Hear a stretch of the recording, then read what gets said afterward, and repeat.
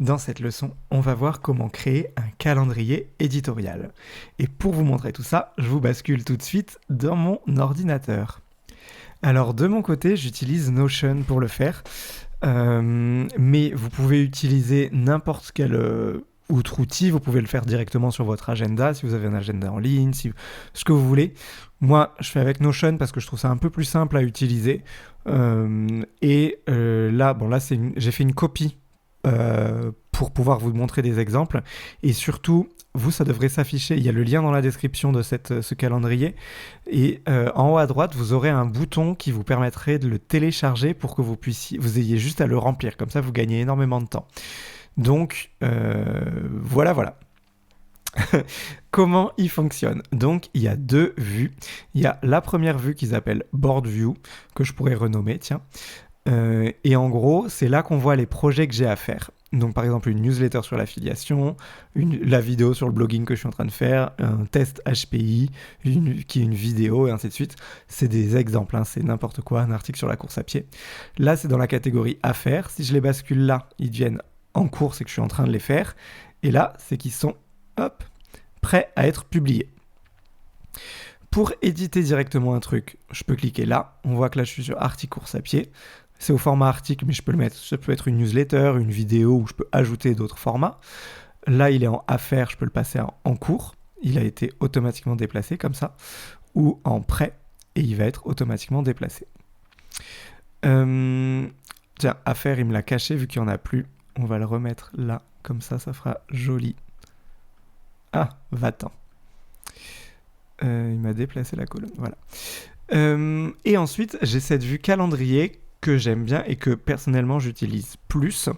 Donc là, on est sur septembre. Je tourne ça, là, on est le 21 août. On voit que pour la semaine prochaine, par exemple, j'ai newsletter affiliation à faire. C'est une newsletter, une vidéo sur le blogging, etc.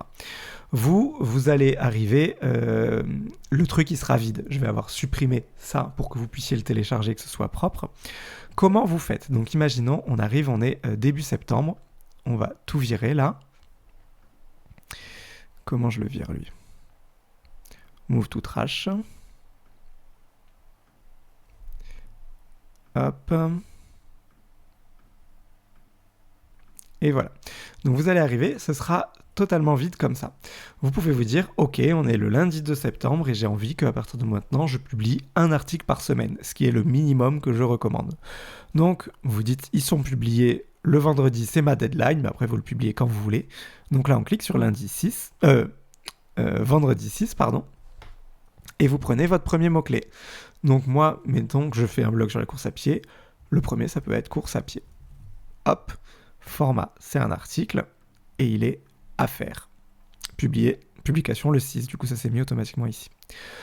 Ensuite, semaine d'après, ça peut être chaussures Nike.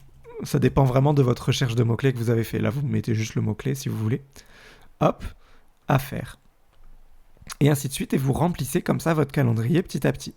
Si vous voyez que vous avez des vacances, au moins vous pouvez prendre un peu d'avance ou juste faire des pauses, c'est vous qui voyez. Mais comme ça, vous voyez d'un coup d'œil ce que vous avez à faire.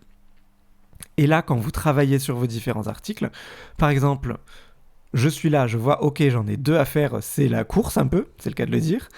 Mon article course à pied, là, mettons que je l'avance, je vais le mettre, en prêt, hop, il est passé dans la catégorie prêt juste là, et ici automatiquement il est passé dans la catégorie prêt. Si en fait je veux le décaler et que je veux le mettre là au 12 et lui au 13, ça va se décaler aussi ici dans les dates. Ou si là je le modifie et que je le fais passer ici au 10, mon article course à pied, ici il est décalé au 10. Tout est connecté en fait pour que ce soit plus simple à gérer. Et voilà, donc comment vous pouvez faire un calendrier éditorial?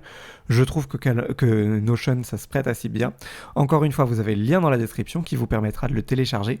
Notion, c'est un outil qui est gratuit. Enfin, ils ont des options payantes si vous collaborez dessus en équipe. Mais pour l'utiliser en solo comme je le fais là, c'est totalement gratuit. Hop, et maintenant qu'on a un calendrier éditorial tout beau, tout rempli et prêt à être utilisé, on va passer à la prochaine leçon qui est comment écrire un article de blog et surtout un article de blog qui va se positionner dans Google.